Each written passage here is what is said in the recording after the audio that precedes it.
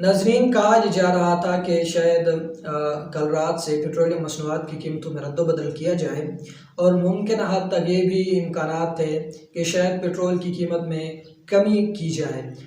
रूस से चूँकि पेट्रोल की कुछ ज़खायर यहाँ पर पहुँच चुके थे, कुछ जो बहरी जहाज़ थे वो पहुँचे थे और कुछ मिकदार में रूस से तेल जो है वो ख़रीद लिया गया था और वो पाकिस्तान पहुँच चुका था। तो इसलिए ये कहा जा रहा था कि शायद मुमकिन है कि रद्द-बदल किया जाए कीमतों में और उसका इतलाक़ भी कल रात से हो जाएगा, ये शुनीद थी।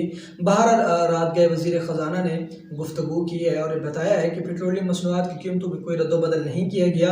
यकम तक जो है वो पेट्रोलियम मसनूआत की कीमतें बरकरार रहेंगी और फिर यकम से आगे उनमें रद्द-बदल किया जाएगा।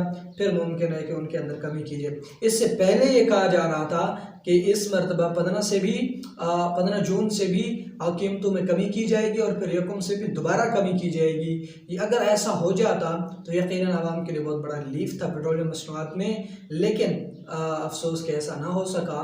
बहरहाल आगे देखते हैं। इंशाल्लाह उम्मीद है कि अब जो हमारी माईशत है वो इस्तेहकाम और मजबूती की तरफ जा रही है और अन करीब इन सारी चीज़ों पर कंट्रोल पा लिया जाएगा।